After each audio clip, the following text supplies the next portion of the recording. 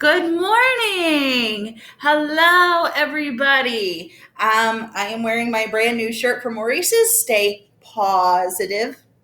Get it? Pause, like dog paws or cat paws or guinea pigs. Okay, good morning. How are you guys? Okay, so I am up. I'm dressed. I'm ready to go to work. Why am I going to work? Because it is Tuesday. It is time for the next week's lunch bags to be handed out. So I will be going up to the school here probably in about maybe in an hour, because it takes me about 35 minutes to get from my house to Meridosha. So I'm going to be going up to work after I record chapter 11. So I'm coming to you today from my dining room because I did not want to sit in my office today. And plus, I wanted to pack up and leave as soon as I'm done recording. So what these videos are going to be uploaded while I'm at school today. So be watching for them. And I know I have to apologize. I said I would send out the links yesterday. I forgot. I got them recorded. I got them uploaded. I just forgot to send the links out. And I even told your parents, be watching for the links. And I dropped the ball. So I apologize. But I will be sending the links out today while I'm at work. So parents and, well, kids, be watching for the links to come up through Remind. Be watching for the links via email. I'm going to be doing it. So, let's get started because I don't have a lot of time and I want to get this done before I have to leave. So I've got my coffee, black and blue mug today. So I'm going to go ahead and get started. And if anybody is keeping track or following along at home, we are now officially over halfway through the first book. So if everything goes the way that I want it to go, I kind of have it outlined in my head and it outlined in my new journal, because I did pick up journaling again, that if I read a chapter a day, which there are 17 chapters in the first book, right? 17? Yes, 17. There are 17 chapters in the first book.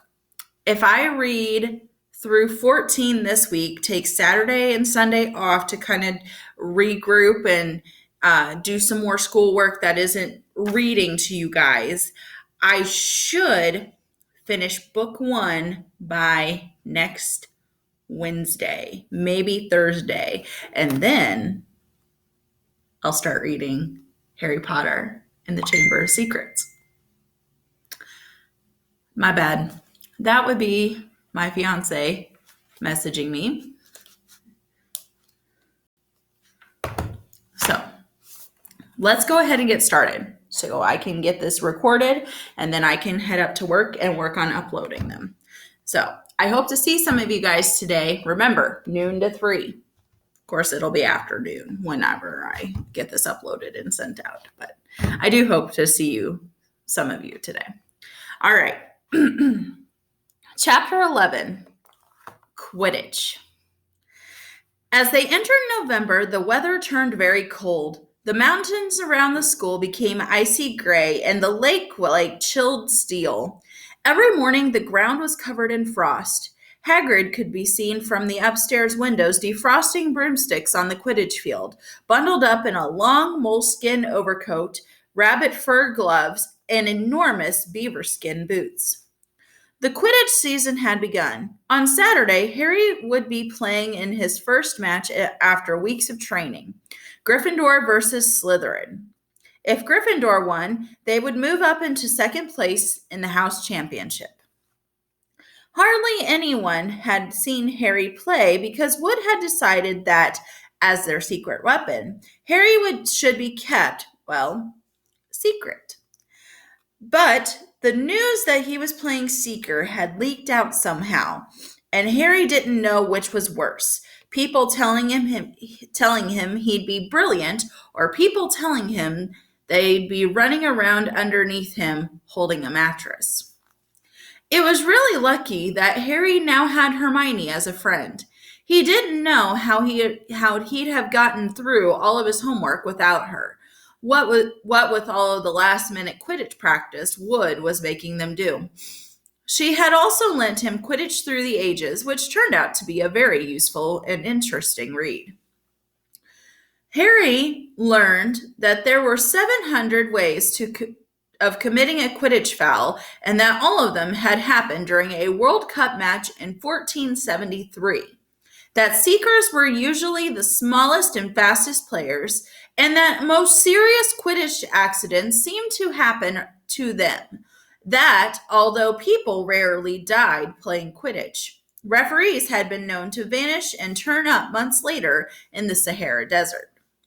Hermione had become a bit more relaxed about breaking rules since Harry and Ron had saved her from the mountain troll, and she was much nicer for it. The day before Harry's first Quidditch match, the three of them were out in the freezing courtyard during break. She had conjured them up a bright blue fire that could be carried around in a jam jar. They were standing with their backs to it, getting warm, when Snape crossed the yard. Harry noticed at once that Snape was limping.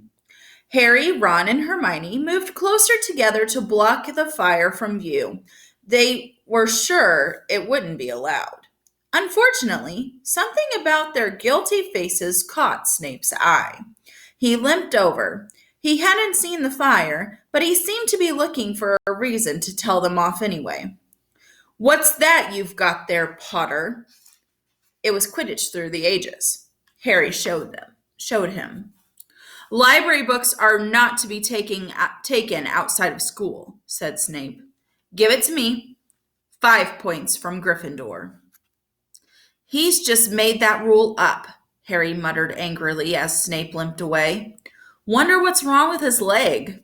Dunno, but I hope it's really hurting him."